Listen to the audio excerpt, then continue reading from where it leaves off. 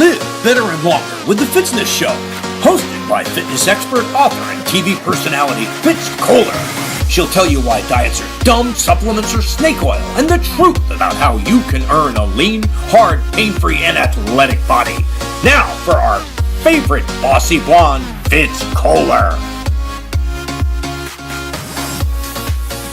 Hi team, I'm Fitz Koehler, your fitness expert from Fitzness.com, and welcome to the Fitzness Show. So today, I am going to do a Walt Disney World Marathon Weekend recap. And for those of you who are like, Fitz, I wanted it last week. Sorry.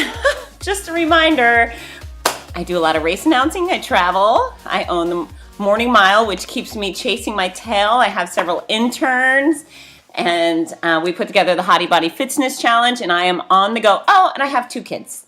And they get as much of my heart and my time as much as I could give them. So I'm sorry if this didn't come out quickly enough, but I've been working on it. So please always be patient with me, and I will continue to try and record as many as possible, as often as I can, because I really like connecting with you guys, and I completely value those who tell me how much it means to you to have me go for a run with you, or actually be a part of your race day when you listen to my podcast while you're doing your half marathon or your 5K. So I want to do these podcasts as much as you want to hear them. So it's a win-win for both of us, and I don't take it for granted that you like my show and you actually want to listen. So again, I'm excited to do this now. We did the Walt Disney World Marathon preview right before Walt Disney World Marathon. And now I'm going to tell you about my experience, not only on my own perspective, but with you guys. And what an absolutely wonderful week it was. And you know what's interesting is Walt Disney World, or Run Disney, I should say, has changed a lot of things in the past few years. And things that have really upset the customers. A lot of people have left Run Disney and said, I'm not doing it anymore. You're charging more, you're offering less, and we're done. And I get that. Run Disney still has a very special place in my heart for very many reasons, but for the most part, it's because of the people. And so many of you who fly out to Orlando from Timbuktu, and it's the gathering place. It really is the biggest gathering place for so many of us who have this running thing in common. And I've been so fortunate to make so many great friends, not only people that are disciples of mine as people trying to get fit or taking my strength training for runners guidance. I've met so many people when I was teaching clinics for Run Disney. But the running groups, there's the Be Our Guest Podcast Lizards and Team Shenanigans and the Mickey Milers, and groups that I have no authority over, people that have just included me into their groups as another runner for friendship and fun. And it means a lot to me. And although I love working for Run Disney, that's always been a great privilege. It's kind of nice to show up just as a runner. I go there and I don't have any technical work responsibilities. I get to go there and have fun and go through the gauntlet of running the races like everybody. And there's no paycheck involved. It's just me being a runner. And I love that. So I got there Wednesday. If you're unfamiliar with the Walt Disney World Marathon, here's the deal. There's an expo that goes Wednesday through Saturday. That's where you pick up your bibs, do shopping, and so forth. But the races are Thursday morning at 5:30 a.m. They have a 5K. Friday at 5:30 a.m. They have a 10K. Saturday at 10:30 or 5:30 a.m. They have a half marathon. And Sunday at 5:30 a.m. they have a full marathon. Some of us, the sane folks, do one race or a couple of races. Many people do all the races, and they call that the Dopey Challenge. So this weekend is broken up into individual races, and then there's the Goofy Challenge, which is running both the half and the full marathon, which is pretty intense. And then there's the Dopey Challenge, which is all 4. And we all run the gauntlet of experiences. And, I'm a super fit person who just chose to do the 5 and 10K. And it's appalling to me that I just said just the 5 and 10K, because I'm super proud over running one 5K or one 10K.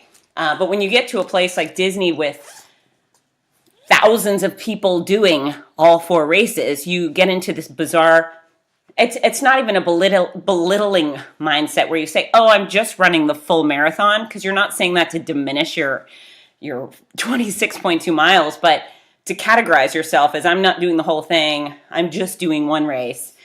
So that's kind of weird. It really is weird to hear someone saying, oh, I'm just doing the goofy challenge, meaning I'm just doing 39.3 miles this weekend, that's all. And it always comes across badly, and everyone says, oh, it's not just the goofy, or it's not just the marathon, but there we are saying it.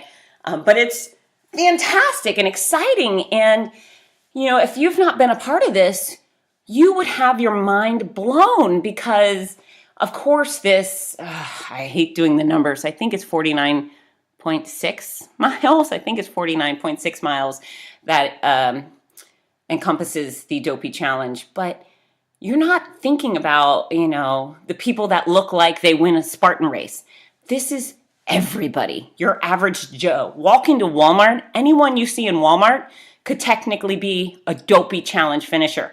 And I'm not kidding you. The bodies, the faces that cross these finish lines, you go, whoa, I can't believe that person just did 49.6 miles in 4 days. It's extraordinary. And that's the best part of it, because it really makes fitness seem doable for everybody. And the ages, very old people doing the challenges, or just doing any of the races, the body types, the people coming through on prosthetic legs. I mean, really, I think we had a dopey guy with a prosthetic leg. If he can do it, what's all of our excuse? So it's a very inspiring place, full of every type of person, every color person, every creed person. I think they have 50-something countries represented, every state represented. It's a hell of a good time. But again, I'm there for the people. So I got there Wednesday, cold as hell. That's an oxymoron, cold as hell, but it was cold as hell. And I got there. I just wanted to run in, get my bib, and get the heck out of there. But that expo was the most busy I've ever seen it. I've never seen lines that long for picking up bibs and so forth. But I got there. I parked in the back of the ESPN Wide World of Sports parking lot, and they have a golf cart guy that will take people to and from the front. And I thought, I'm getting out of this cold as quickly as possible. And the guy lets me on his last final seat in the golf cart, and the people behind me go, Fitz! And I turn around, it's the Howes family. Jeremy and Jodine Howes with their 2 kids, and they're so cute. I was so happy to see them. And that's the beauty of Disney, is or Run Disney, you have all these people, yet you seem to know so many of them. So we had a really fun ride up to the front. And then I waited in the longest line ever to get my 10K bib, but I was so pleased. Mel Bishop, Lori Oliveri came and hung out with me in line, and I had never met Mel in person. Mel's one of my hotties, so is Lori, and Mel's adorable. Oh my gosh. Some of you, you know what, I can say across the board, I feel like those of you who interact with me on Facebook or are in my groups, the one I frequently interact with, I feel like I know you, right? I feel like we know each other, have these, like we go to lunch every day, which we don't. But I always love you even more when I meet you in person. There's not been one person that's let me down where I think, oh, that person's weird or awkward. Why did I like them so much online? No, it's quite the opposite. So Mel is super giggly and bubbly and adorable, and Lori's her mom, and they're just the cutest pair. And I love their fit family, that they all pursue athletics, and they've all lost weight and have really adopted running into their life. But we had a lot of fun there. And Rudy came to join the crowd, and everybody loves to meet Rudy Novotny. He's the, I'd say, number 1 guy announcer at Run Disney. And I work with Rudy all the time. He's one of my BFFs, so we have a lot of fun. But it was nice for them to get to meet him. So here's the deal. I got in that expo, and I bolted because it was so cold. Oh, my gosh. And a lot of the things to do were outside, and I just couldn't take it. So I got out of there quickly. And then the suffering got worse, because the morning of the 5K, I think the temperature was about 33 degrees. And the feels like temperature was in the 20s. And I know some of the northerners, this was really annoying. All the northerners were saying, oh, that's not cold. It's 15. Screw you. If you're a human, 30 degrees is very, very cold. especially if you're standing outside in it for 2 hours. And that is what happens, because if you're coming from a Disney resort, or even if you're driving in, you have to get there so early. And so I think I got on my little Disney bus over to the Epcot parking lot where the 5K launches. In fact, all the races launch over there. I got on the bus at 3, which means I got off the bus at 3:30.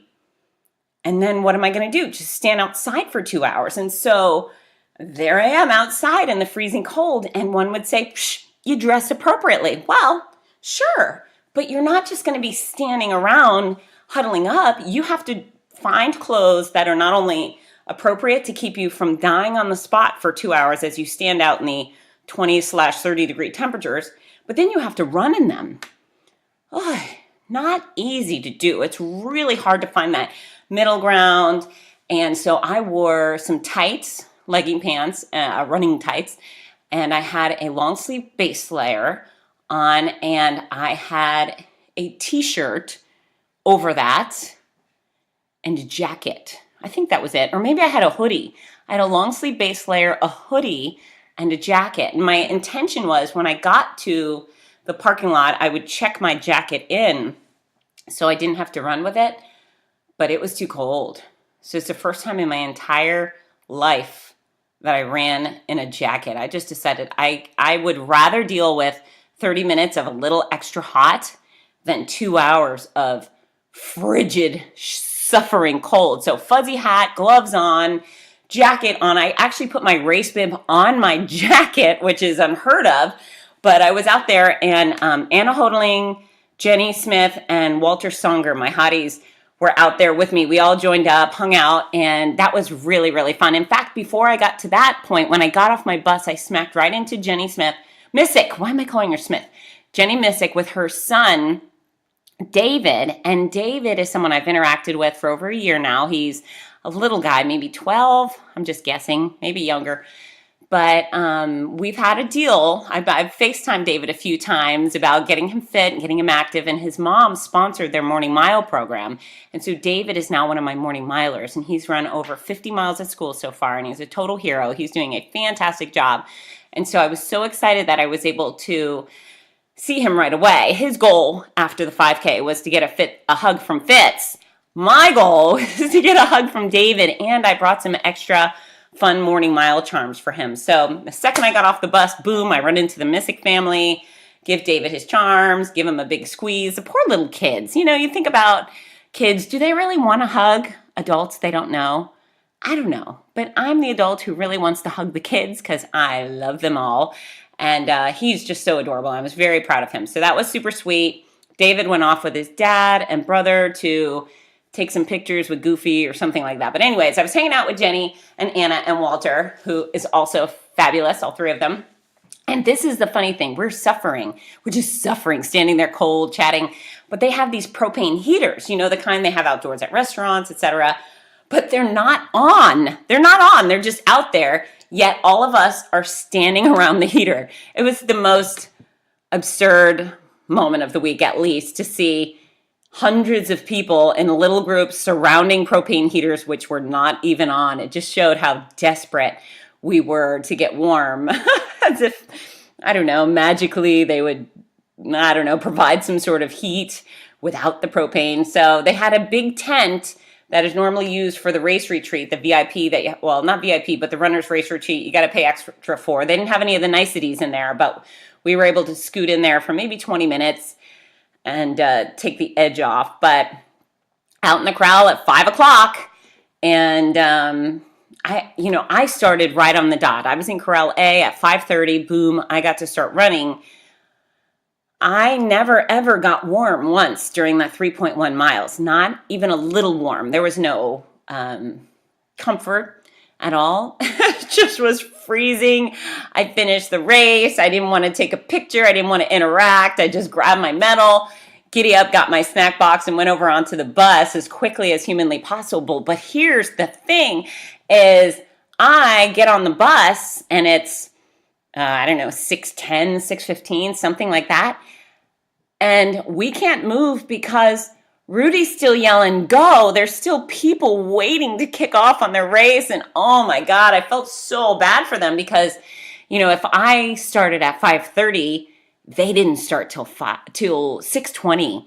So it was just an extra 50 minutes of standing out in the cold. And, obviously corrals are designed to try and reduce the log jam, to have the faster runners up front, slower runners in the back. And if it were opposite, if you could imagine, if all the slow people started first and then the really whippy people, they'd have to do a lot of weaving through the crowds. And, that's why the corrals are designed. It's also designed to just thin out the crowds. If you got 15,000 people starting at once and the roads are only so wide, but the cold was a serious issue. And in fact, I finished up that race and I decided I am not going to run tomorrow. I don't care that much. I'm here for the people. I don't care about running that race. I just don't want to come back in the cold. So in my mind, I was done, not going to run the next day. I was going to be there. I just was going to sleep in and then go interact. But I'll follow up with that later. One of the things we did have a lot of that weekend is log jam. So even in Corral A, which again, these things aren't to the T perfection. There's a lot of people in Corral A that may do a 16-minute mile. Sometimes you get the people in the back that are doing a 5-minute mile. It's tricky. But yeah, I was very restricted with my pace, got behind a bunch of people. There's runner etiquette, and we're going to talk a lot about that in the future because I think it's something that needs to be addressed. And I don't think these people are mean people. I don't think they're bad people. I just don't think they know any better. That a group of people walking 8 across, shoulder to shoulder, well, you can't get by a group of 8 people walking shoulder to shoulder. It's really hard to do. So proper runner etiquette would say run 2 to 3 people across and then line up behind your friends. Run in a long group as opposed to a wide group. So for my races, I definitely struggled with just trying to move at the pace I wanted to. Now, mind you, I'm not in any of this stuff for time. I wasn't trying to break a personal record, none of that. But it is kind of frustrating when you're doing that awkward jog because you're almost standing still, jogging, and then you say, screw it, I'm just going to walk because this is pointless and stupid. And then you don't want to, I want other people to have a fun time, and I don't want to say, hey, move out of my way, excuse me. So it's tough, and I heard a lot of other runners complain about similar thing. Disney's a unique beast in some regard because so many people are doing first-time races, feel comfortable to give it a go and excited and motivated because it's Disney, which I welcome, I love, I think it's amazing.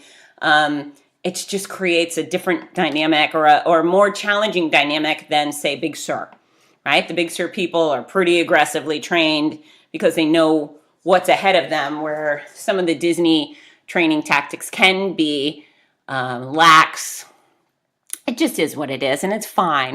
But I think a little more coaching up of runner etiquette needs to be done. So I'm going to make a little video, and I hope you all will share it because it will help both me and you and every other runner. And to be honest with you, I didn't know runner etiquette until someone told me, hey, if you're going to walk, if you're going to go from running to walking, put your hand up high and let the people behind you know that you're going to slow down. It's almost like slamming on the brakes in the middle of a highway. You wouldn't do that. You would get off to the side, and that's my method. I'm a big run walker. I run, I walk, I do the whole thing, but I never just slam on the brakes. If I'm going to walk, I go all the way to the right side of the road, I put my hand up, and I make damn sure nobody's going to smash into me and eat my head. So anyways, that was an issue with the races, but the medal was super cute. I think it was Mickey chasing Pluto. And they've done a nice job with the 5K medals. Now, I used to really like the colorful rubber medals, but a lot of people complained about the colorful rubber medals, so now they're metal medals. I don't know what they're made out of, but they're metal medals, some sort of metal, and they're shiny and very pretty. So I think I went back to the expo that day. I did. I went back to the expo, visited some friends because I was able to get indoors, and I was in a much more pleasant mood. But then here's with the 10K. So again, I decide I'm done. I am not going to do this 10K because I'm not stupid and I'm not going to stand out in the freezing cold like that. And then I start asking people, should I do it? I become kind of iffy. And then I just, my whole decision was I will set my alarm for 3 a.m. and make a decision at that point. So I do. I go to sleep at, 9 o'clock. And then I wake up at 3. And then when I wake up at 3, I think, I'm not going to do it. I'm just going back to sleep. Forget it. I don't want to get up and go out and stand in the cold forever. So I roll over, close my eyes, and then I can't get back to sleep. And I'm thinking, come on, Fitz, go to sleep, but I'm not. And then I got in my own head, and I was so mad at me because for some reason, the term that I use all the time, athletic adventure, crossed my head. That was just it. And I'm always telling you guys, go pursue athletic adventure. May fill your life with fun and things to do. And son of a gun, that just those 2 words got in my head. And then I was thinking about what I tell you guys, and I was all, screw it! And I stood up. I was so grouchy. I was like, God damn it, shut up, Fitz Koehler. But I did it. I got up, I got in the shower, and this time I dressed more appropriately. I put the tights on, then I put my Adidas warm-up pants on over. I had a long sleeve shirt, I had a hoodie, I had another jacket, fuzzy hat, gloves, and I had some of those hand warmers. Thank you, Michael Jones, for sharing those with me. And Michael and I did dinner the night before, and he gave me some of his hand warmers, which were fabulous. I put some in my gloves, I put some in my pants. And then instead of taking the bus, I drove my car. So being a Floridian, I drove 2 hours to Disney World, and I had my vehicle there. So I drove to Epcot parking lot. And if any of you are ever there and you're intimidated to do that as if it's oh so tricky, it's not. You literally just drive your car and park in Epcot like you would if you're going to the theme park. There's nothing complicated about it. So drove in. I was put in the dead last spot as far as humanly possible away from the entrance of the parking lot where you go for the race, but that was fine. So I sat in there in the heat for as long as I could. And again, I put my bib on the outside of my jacket, knowing I was not going to take my jacket off.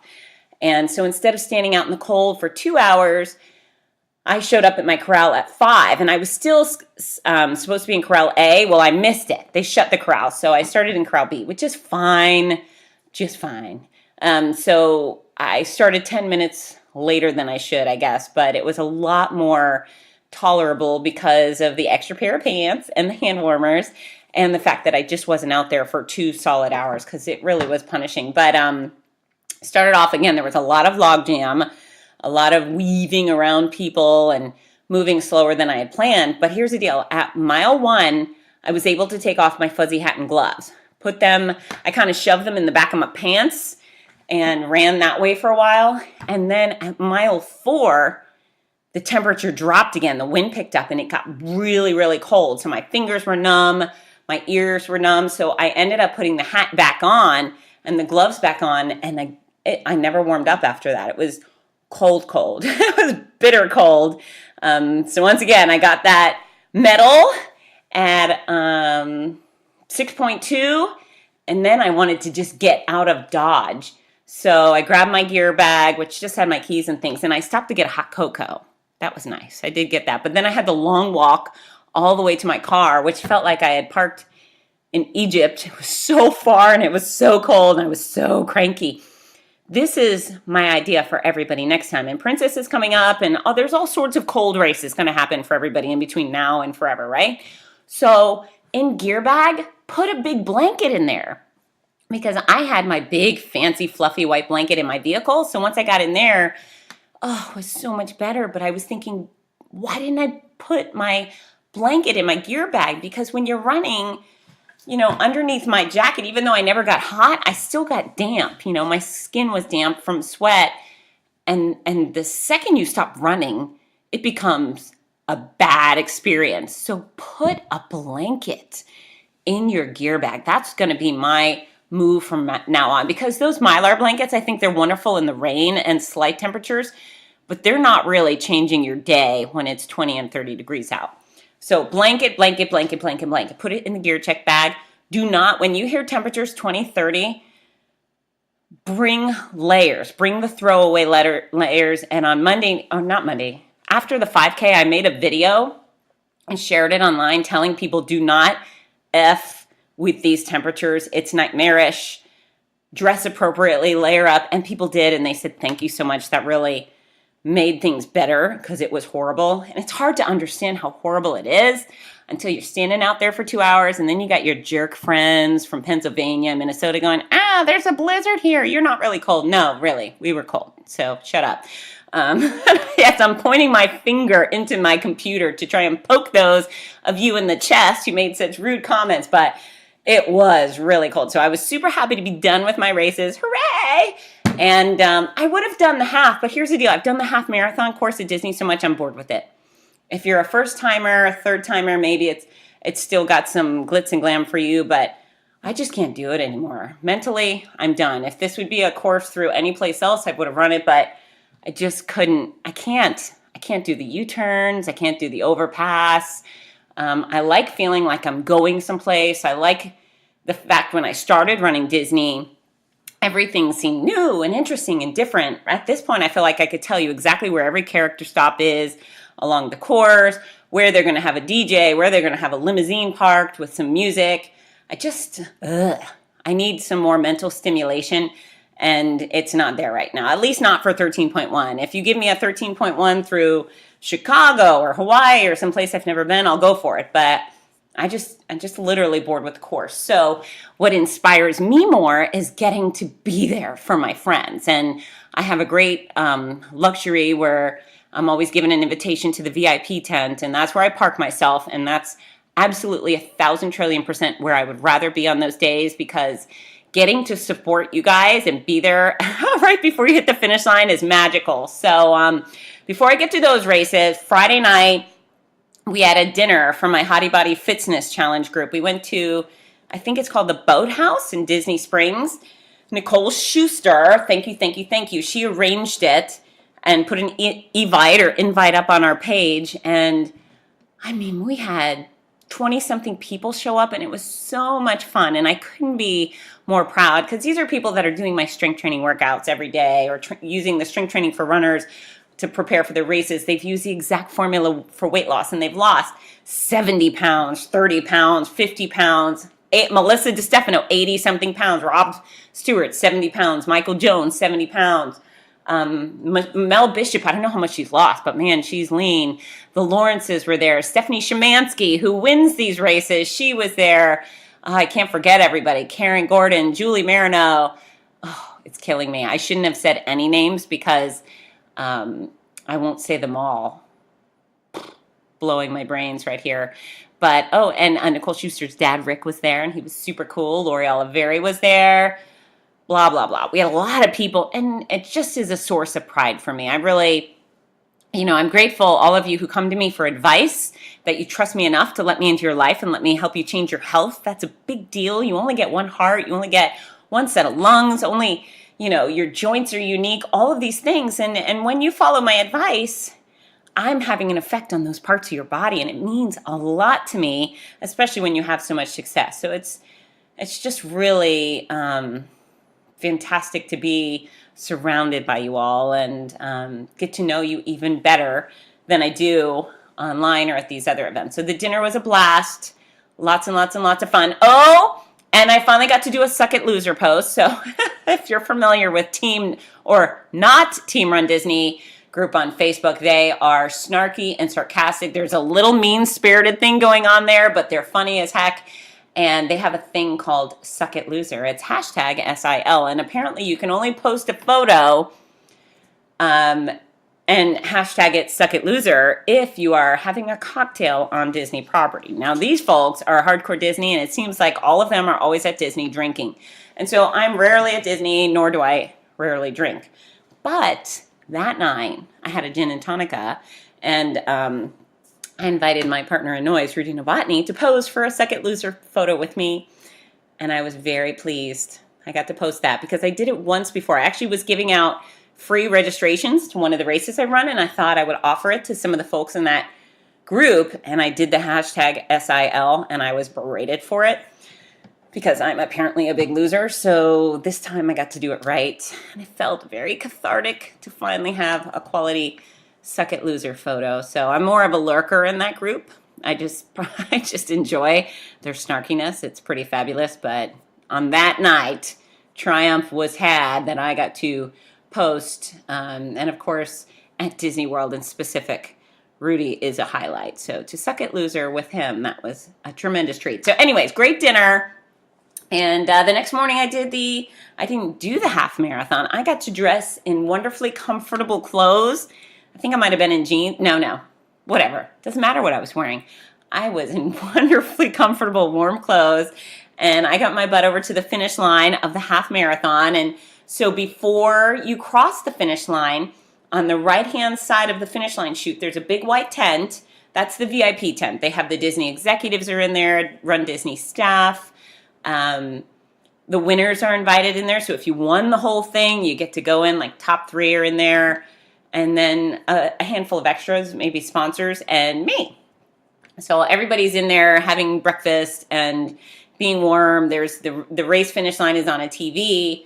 They're all schmoozing, which is wonderful. But I take myself out onto the patio because I want to be there to support the runners. So everybody knows I'll be there. And I had Melissa DiStefano come join me, and Rob Stewart and Michael Jones were able to join us after the races were over.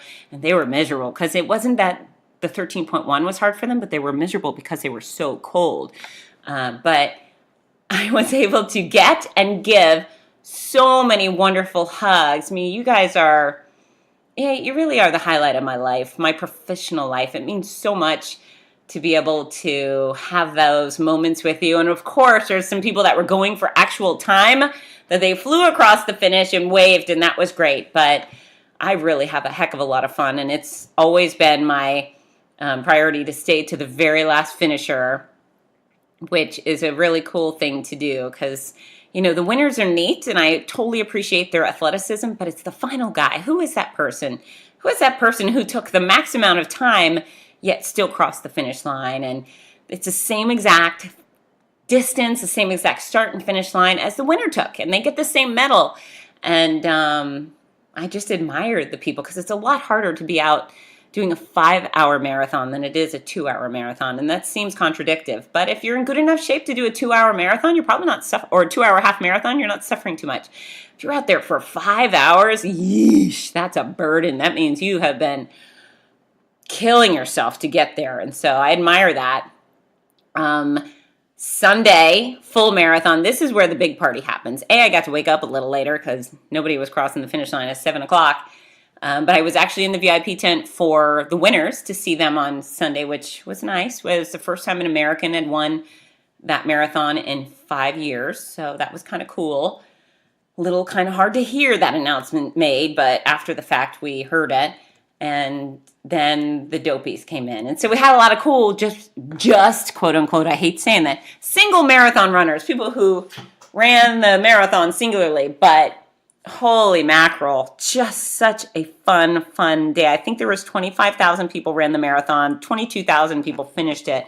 So who knows, there was the flu going around, so many people were sick, so many people had to bail because they just couldn't do it. They got snowed in, couldn't come to the race, so there's some give and take on why the 3,000 fewer people finished than normal.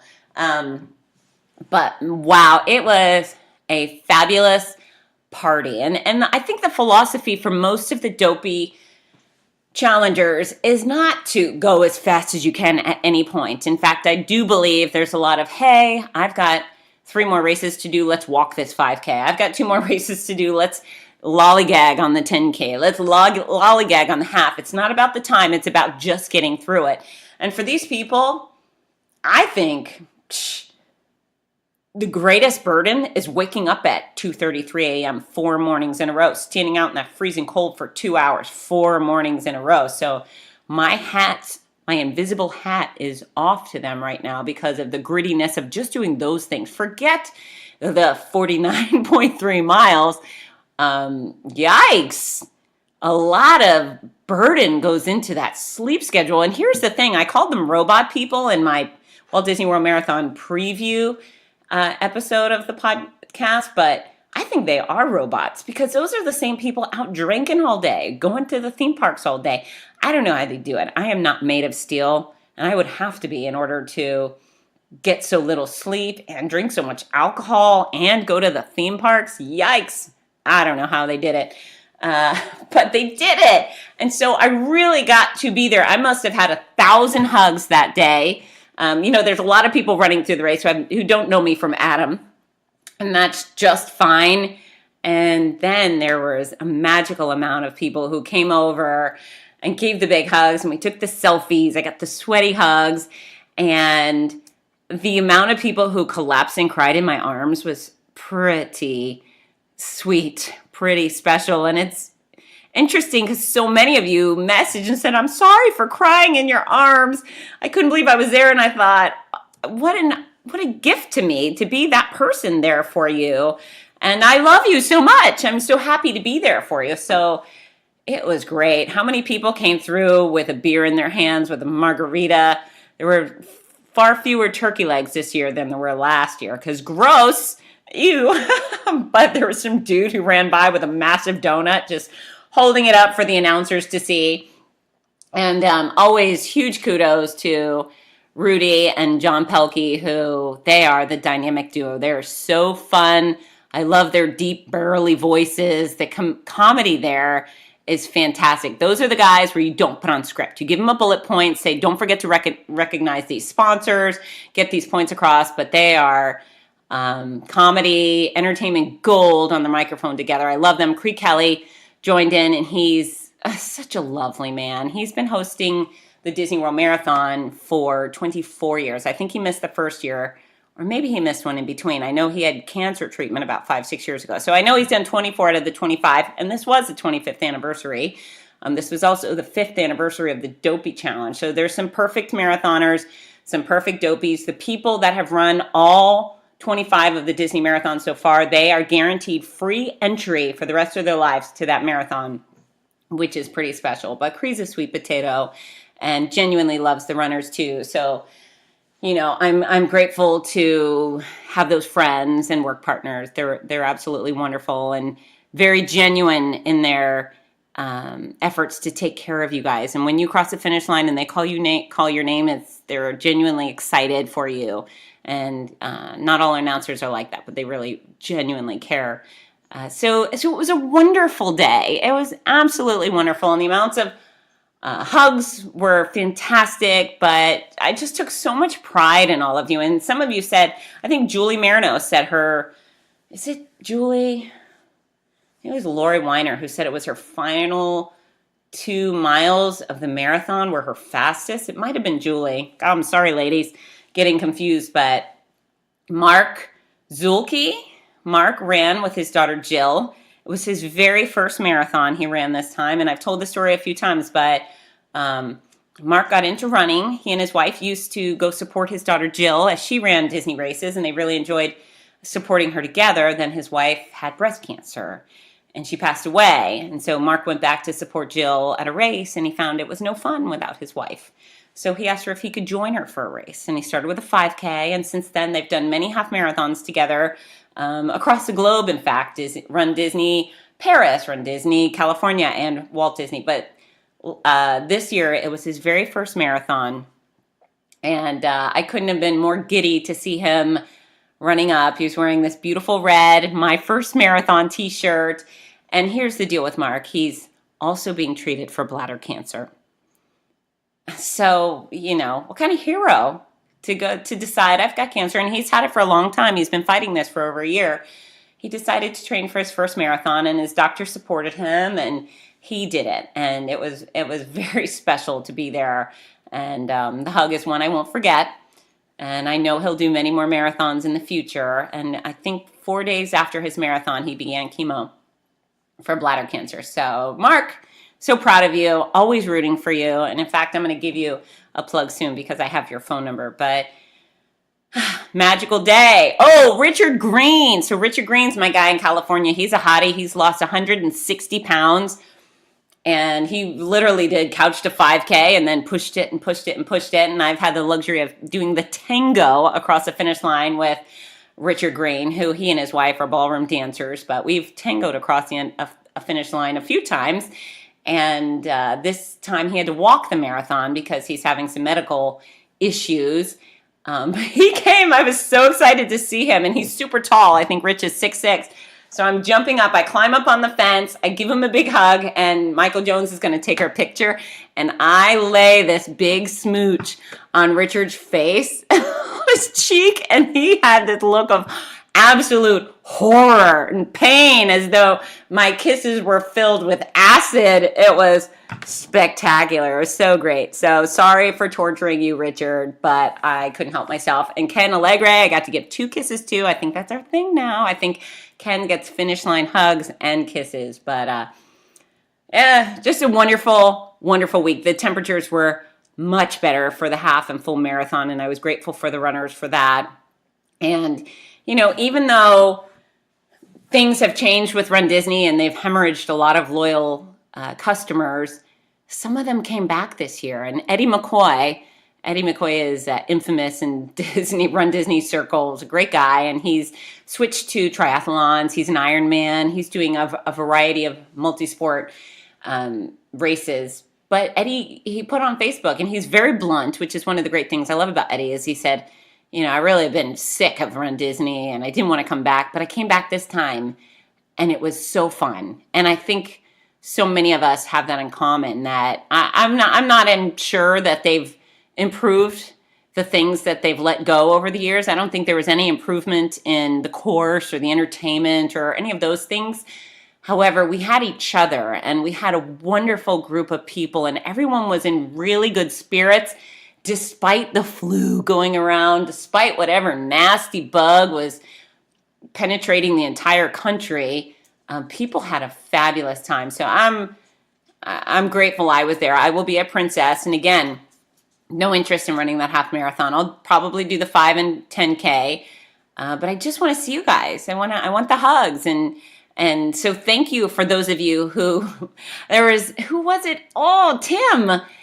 Yeah, it was Tim at the start of the 5K. He turned around, he goes, "You're Fitz, right?" I said, "Yeah." He goes, "I listen to your podcast. Can I have a hug?" And I said, "Absolutely." And then I felt bad because I didn't get to give him his hug in the second day because I missed my corral. But I got a finish line hug from Tim at the end of the marathon, which was fantastic. But I love that. Please introduce yourself. If you know you're someone who knows me because of this media thing I do, great. Let me know. I want to know you too. I want to be able to have those moments, get to know my listeners, my audience, and maybe we can talk about your personal fitness, or maybe we could talk about, I don't know, politics or movies or dogs, something like that. But I really, that's why I go. I go because of you guys. You know, I can go for a run here around town any day. I don't need to go do the races, and I've done these many times. So it's not that I'm there because I want to run through World Showcase, which is nice, but I'm there for you. So please give me the opportunity to get to know you better, to have the hug,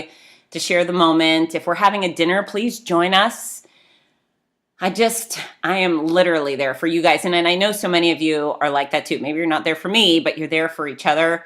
And it means a lot. It's a lot of fun. So anyways, Walt Disney World, Marathon, Dopey Challenge, all the robot people, all the regular people, I love you. It was a fantastic racecation for all of us. I hope those of you who are sick have recovered, and I'm looking forward to seeing you all soon. Don't forget, if you haven't already done so, follow me at Fitzness. That's Fitzness on Instagram, Twitter, Facebook. Let's interact. I have my photo album of all the pictures taken from the Walt Disney World Marathon. It's on my personal profile page on Facebook, but you can check that out too. Fitz Koehler, they're public, so even if we're not personal friends, you can check that out. There's a lot of good stuff in there. And don't forget to stick around, listen to Rudy Novotny tell you about my Before School walking running program, the Morning Mile. It's in almost 300 schools around the world. We've run well over 3 million miles, and I need your help to get more kids moving in the morning. All right, team, I love you all. Get to work. Bye.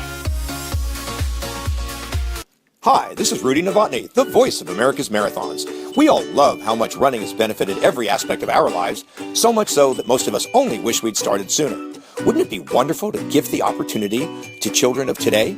Well, you can. The Morning Mile is a before-school walking and running program that gives children a chance to start each day in an active way while enjoying fun, music, and friends. That's every child, every day. It's also supported by a wonderful system of rewards, which keeps students highly motivated and frequently congratulated. Created by our favorite fitness expert, Fitz Koehler, morning milers across the country have run over 2 million miles and are having greater success with academics, behavior, and sports because of it. The Morning Mile is free to the child, free to the school, and is inexpensively funded by businesses or generous individuals. Help more kids get moving in the morning by visiting morningmile.com. Champion the program at your favorite school or find out more about sponsorship opportunities. That's morningmile.com. Long may you run.